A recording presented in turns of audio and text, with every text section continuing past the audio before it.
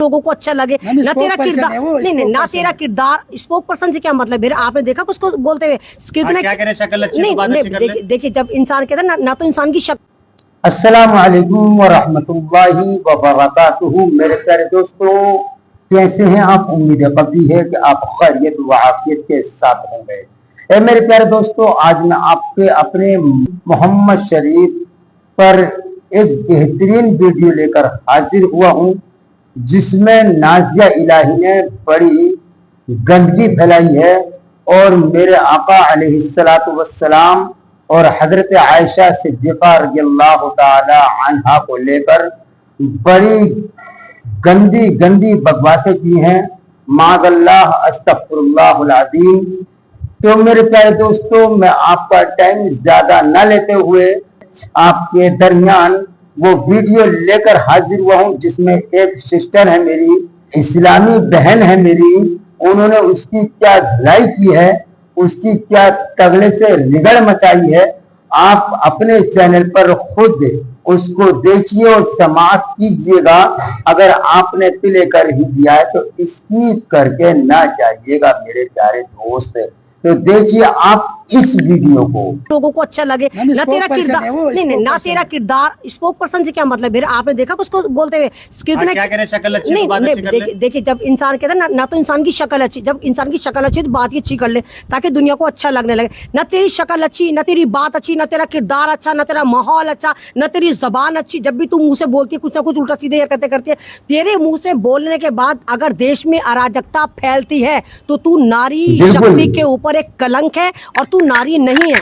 मैं तो कम से कम इस औरत को नारी और औरत के जमरे से बाहर करती हूँ, क्योंकि औरत जो है ममता का पैकर होती है। और ममता उसको कहते हैं जो मोहब्बत निछावर करे, मोहब्बत से लेकर चले, समाज को जोड़े, देश को जोड़े, आइन को जोड़े। लेकिन ये लगातार मुंह से जो है वो बवासीर निकालती रहती है, गंदगी निकालती रहती है मुंह से।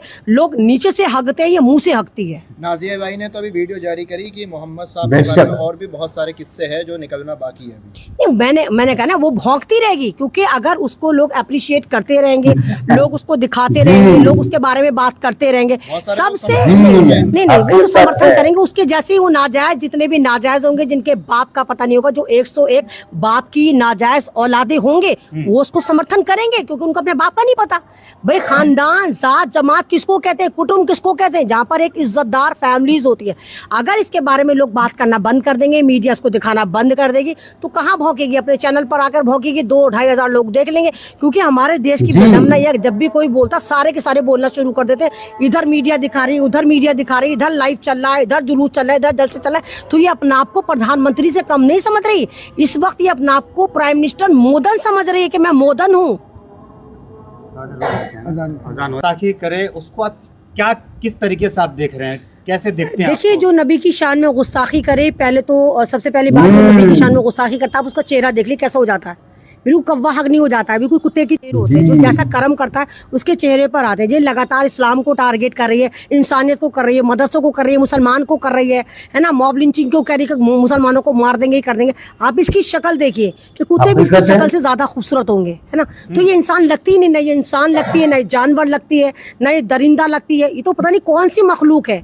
आज तक लोग, मेरे ख्याल से साइंटिस्ट अगर इस पर रिसर्च करें तो ये बता ही नहीं पाएंगे कि मखलूक है भी या नहीं है। पता नहीं कौन सा रेंगने वाला कीड़ा। अफसोस की बात है कि ये मुंह से बोलती है, पता नहीं कैसे बोलना आ गया, क्योंकि ये इंसान है ही नहीं। अगर पढ़ा लिखा सभ्य इंसान होता है तो सभ्य इंसान को यही बताया जाता है कि देश में जितनी तरह के लोग रहते हैं, जितने धर्म को मानने वाले लोग रहते हैं, सबके धर्मों की इज्जत आई है। लेकिन ये खुद को मुसलमान भी कहती है और इस्लाम के खिलाफ जहर भी उगलती है। तो ये दो मुंह वाला सांप है कि जो जिस कुटुंब में रह रही है, जिसका नाम लेके इस्तेमाल करिए, फुस फुस फुस करके उसको डसती चली जा रही है। खुद को मुसलमान कह रही है और मुसलमानों को डसे जा रही है, डसे जा रही है, डसे जा रही है। तो इसका इंसानियत से और इंसान से कोई भी वास्ता नहीं है। मैं कह रही हूँ नाज़िया इलाही खान, तेरी शक्ल अच्छी तो बात अच्छी कर, और बात अगर मेरे रसूल पर आई है, मेरे इस्लाम पर आई है, मेरे दीन पर आई है, तो तमाम मुसलमानों को खड़ा हो जाना चाहिए। जितने भी, आप कुछ नहीं कर सकते, मैं ये नहीं कह रही सड़क पर उतरो, उसको कुछ करो, कुछ मत करो, लेकिन अगर आप जुडिशरी पर यकीन करते हो, मेरे भारत के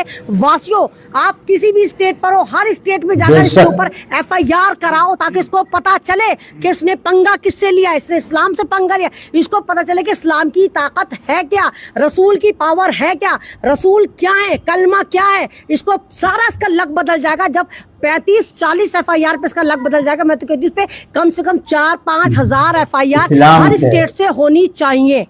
है क्या? ये बताइए कि अहमद रिजवी क्या आप FIR करेंगे इस औरत के खिलाफ? मैं इंशाल्लाह इस पर FIR करने जाऊंगी। हालांकि हमें पता है कि FIR करना बहुत मुश्किल है, खासकर दिल्ली में, लेकिन मैं फिर भी पूरी कोशिश करूंगी कि FIR हो, और अगर FIR नहीं होती तो इंशाल्लाह मैं इस पर कंप्लेन कर आऊंगी। लेकिन अब क्या लगता है कि हर जगह जा जाके वो इसी तरह से कहती है मैं स्पोक पर्सन हूँ, मैं बीजेपी की स्पोक पर्सन हूँ, और कुछ भी कहती है। कैसी बातें कर रहे हो मेरे भाई, जब भारतीय जनता पार्टी ने कह दिया कि हमारा इस औरत से, इस गंदी औरत से कोई लेना देना नहीं है, तो ये कुछ भी भौंकती रहे, कुछ भी बोलती रहे। इसकी जिम्मेदारी भारतीय जनता पार्टी ने थोड़ी ली। भाई एक रूलिंग पार्टी है, जब वो कह चुकी कि हम भाई नुपुर शर्मा ने बोला था, नुपुर शर्मा ने जब आप सल्लल्लाहु अलैहि वसल्लम की शान में गुस्ताखी करी थी, भारतीय जनता पार्टी ने 6 साल का बैन लगाया था, आप लोग भी गवाह है ना। अब जब ये भारतीय जनता पार्टी में है ही नहीं और भारतीय जनता पार्टी खुद कह रही है कि हमारा इससे कोई लेना देना नहीं है, फिर भी ये कह जा रही है बीजेपी में हूँ, बीजेपी में, बीजेपी में।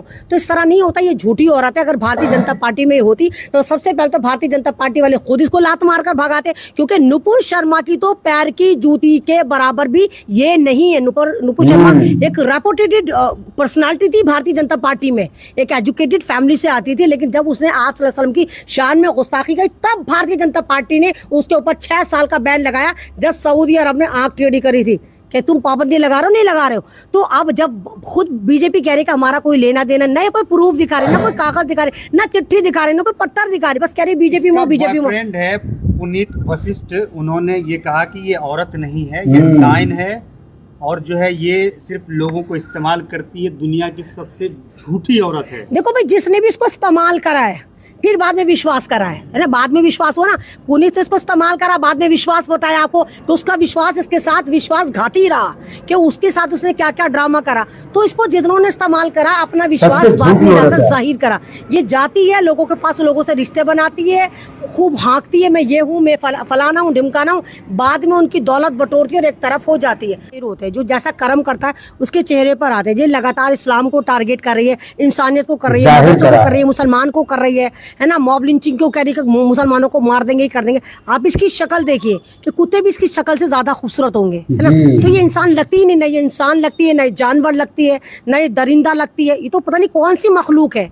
आज मैम देखा जा रहा है आजकल कि एक्स मुस्लिम का एक गैंग है या टीम बता लीजिए, इस तरह पहले एक्स मुस्लिम बनते हैं, जैसे सलीम वास्तिक वगैरह है, इस तरह के बहुत सारे गुंडा, वो मवाली जो बाद में कातिल निकला था, बाद में वो सारे पंडित रोले पीट रहे थे, उन्हीं का बेटा मारने के बाद वो एक्स मुस्लिम बन गया था। तो ये देखिए, आप बने थे कि वहां भी एक्स मुस्लिम लगा रहे हो, आप एक्स भी क्यों लगा रहे हो? आपने जब धर्म परिवर्तन कर दिया, यानी मुसलमान का दुमछल्ला आपको वायरल होने के लिए चाहिए ही चाहिए। आप जब तक मुसलमान अपने नाम के आगे नहीं लगाएंगे, आप अगर नाम भी आप वापस करें तो एक्स मुस्लिम बन जाएंगे, क्योंकि इनको पता है कि हमें वायरल होने के लिए मुसलमान का, इस्लाम का, दीन का, कुरान का, कलमे का, मोहम्मद का सहारा लेना ही पड़ेगा। बहुत बढ़िया सवाल दिमाग में आया था, भूल गए। मैम, देश भर में जगह जगह प्रोटेस्ट भी हो रहे हैं और लोग कंप्लेंट भी दर्ज करा रहे हैं, लेकिन अभी तक पुलिस प्रशासन जो है इस पर एक्शन नहीं ले रही। नाज़िया भाई काम करते, देखिए पुलिस अपने तरीके से एक्शन लेती है, आपने अपना काम करना था, आपने अपना काम कर दिया। एक जेन्युइन काम, अगर आपने FIR कराई, कंप्लेन कराई, आपका काम हो गया। अब 10 दिन बाद, 10 साल बाद कुछ भी होगा, इस पर कार्रवाई होगी होगी। वो जो है क्या नाम है, पहले एक बच्चे का मर्डर कर रखा था, तो ये कहा जा रहा था कि उससे बचने के लिए जो है ये सारा ये ड्रामा रचा है। तो क्या लग रहा है कि नाजिया इलाही खान ने भी कोई कर्म ऐसा कर रखा है जिससे बचने के लिए देखिए, ड्रामा कर रही है? इसने कोई एक नहीं कर रखा, इसने तो भंडारे कर रखे हैं पूरे। इसकी तो हरकतों के, इसके तो ये कहिए कि इसकी तो गलतियों के इतने भंडारे हैं कि पेज खत्म हो जाएं। उन्हीं गलतियों से बचने के लिए, उन्हीं जुर्मों से बचने के लिए ये उल्टी सीधी हरकतें करती फिरती। इसको लगता है कि मैं बच जाऊंगी सिर्फ इस्लाम को गालियां देती रहूं जैसे वो सलीम देता था। तो ये इस तरह नहीं होता। भारत कहते हैं ना, कानून के हाथ बहुत लंबे होते हैं। कानून अंधा बेशक होता है, लेकिन वो अंधा इसलिए होता है कि वो आगे जज्बात नहीं देखता कि उसका बेटा बैठा हो, बाप बैठा हुआ, वो सिर्फ सबूतों के तौर पर सजा देता है। तो नाजिया इलाही खान अपनी खैर बना, क्योंकि बकरे की माँ कब तक खैर बनाएगी अगर तू जिस तरह की हरकतें कर रही हो, और तेरी ऑथेंटिक हरकतें, क्योंकि तेरे बयान बिल्कुल साफ हैं, वो AI वाले भी नहीं है, तो सज़ा तो तुझे मिलेगी और दोनों जहान में मिलेगी। तू जहाँ पे भी जाएगी तेरे कारमा तेरे पीछे तब तक आएंगे। खैर मनाएगी। नाज़िया इलाही खान मुसलमानों को भी ये कहती है कि वो 4 शादी करते हैं, 20 बच्चे जो है वो पैदा करते हैं, लेकिन अगर उनके खुद के रिलेशन में देखा जाए तो उन्होंने खुद ही 2-3 शादी कर रखी है और जी। उनके साथ रिश्ता भी जो है नहीं। देखिए नकटा हमेशा नाक वाले को हंसता है, ये नकटी है इसलिए नाक वाले को हंसती है। ना उसकी कोई, मैंने कहा ना, उसकी ना कोई जात है, ना कोई जमात है, ना कोई इसकी परवरिश है, ना इसका कोई बाप है, तो ये तो इस तरह बोलेगी तभी तो लोग इसको मानेंगे ना कि हाँ ये सही है। तो ये खुद, क्योंकि खुद गलत औरत है, खुद बदकिरदार औरत है, खुद एक लुटेरी औरत है, खुद एक झूठी मक्कार औरत है, और खुद ही इस्लाम की विरोधी औरत है, बल्कि औरत कहना भी गलत है, चौथी मखलूक है। ये जो चौथी मखलूक है ये इस्लाम की दुश्मन है, ये चौथी मखलूक इंसानियत की दुश्मन है, ये चौथी मखलूक भारत की दुश्मन है, ये चौथी मखलूक हमारे आइन की और देश की दुश्मन है। इसको सजा मिलनी चाहिए। उसने कहा था कि जब CM बनूंगी तो सारे मदरसे मस्जिद तोड़ दूंगी। शहीद तो नहीं कहा था, कहा तोड़ दूंगी, क्योंकि मदरसे में इस तरह का गलत काम। तो मैंने कहा ना कि ये भारतीय जनता पार्टी का नाम खराब कर रही है। ये कह रही है, दुनिया से कह रही है कि देखो भारतीय जनता पार्टी नहीं, अरे आप समझे नहीं, ये भारतीय जनता पार्टी को टारगेट कर रही है कि तुम्हारा CM, तुम्हारा PM जो है भारत में इसीलिए राज करेगी, तुम मस्जिद तोड़ते हो, मदरसे तोड़ते हो, इस्लाम को बर्बाद कर रहे हो, इस्लाम को बदनाम कर रहे हो। तो ये कह रही है कि मैं तो देखो नाज़िया इलाही खान हूँ, मुझे बना लो, मैं भी, मुझे CM बना दो, मैं भी मस्जिद तोड़ दूंगी, मदरसे तोड़ दूंगी। तुम्हारा CM होने के लिए क्वालिफिकेशन सिर्फ यही चाहिए ना, तो सीधा इस पे तो भारतीय जनता पार्टी को केस करना चाहिए, डिफॉर्मेशन का केस डालना चाहिए कि ये यूँ कह रही है कि भारतीय जनता पार्टी के तमाम CM जो है वो मस्जिदों को तोड़ रहे हैं, मदरसों को तोड़ रहे हैं, इस्लाम को गालियां दे रहे हैं, और ये कह रही है कि मैं भी करूंगी। तो भारतीय जनता पार्टी को फौरन घड़ी की चौथाई में इस चौथी मखलूक के ऊपर डिफॉर्मेशन का केस कर देना चाहिए।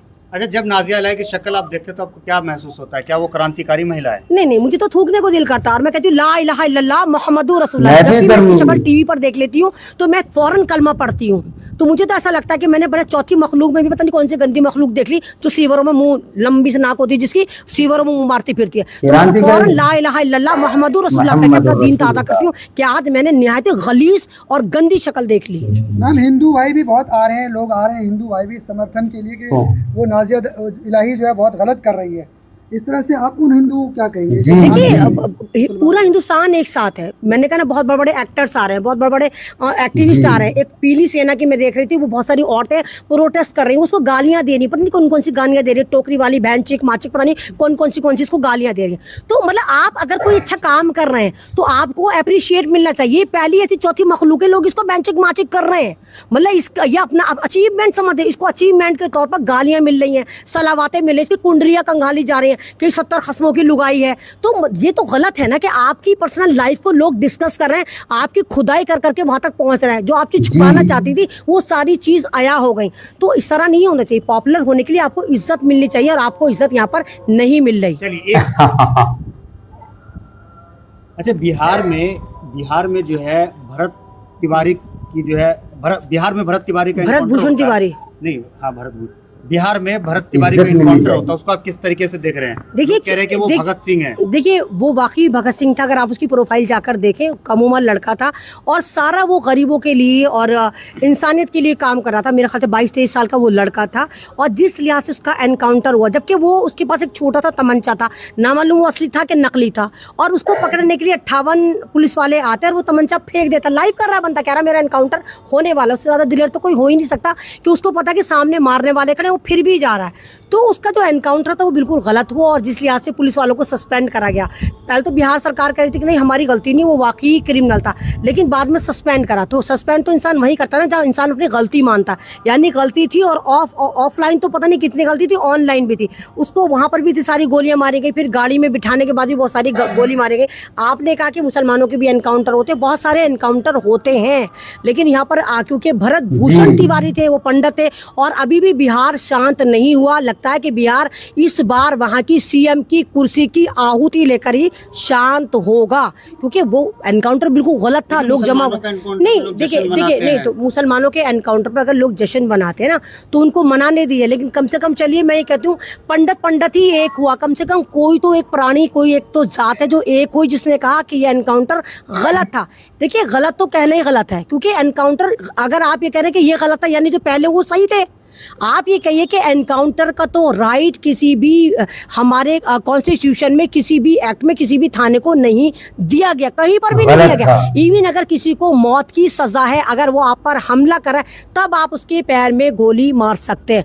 भरत भूषण तिवारी के ऊपर तो कोई केस भी नहीं था, वो ना कोई मुजरिम था, एक हंसमुख सा लड़का था जो लोगों के काम आता था, अपनी माँ का इकलौता अपना वारिस था जो खाता कमाता था और बहुत गरीब परिवार से था। तो हिंदू राष्ट्र भी चाहता था। नहीं तो वही देखिए, हिंदू राष्ट्र में वो ये तो नहीं कह रहा था ना कि मुसलमानों को मारकर हिंदू राष्ट्र बनाओ, मुसलमानों की मॉब लिंचिंग करके हिंदू राष्ट्र बनाओ। उसने मुसलमानों के खिलाफ कुछ नहीं बोला, लेकिन ये जो एनकाउंटर हुआ है ये बिहार की नाकामी है। लेकिन कह रहे हैं कि सम्राट चौधरी को जो है सत्ता से हटाने की पूरी साजिश है, जबकि सम्राट चौधरी जो है कोयरी कुशवाहा समाज से आते हैं। नहीं तो ब्राह्मणों नहीं का नहीं जो है तो चाल नहीं है, ठाकुरों का नहीं चाल नहीं है। ये साजिश जिन्होंने बनाया है वो भी तो ब्राह्मण समाज से हैं। भारतीय जनता पार्टी ने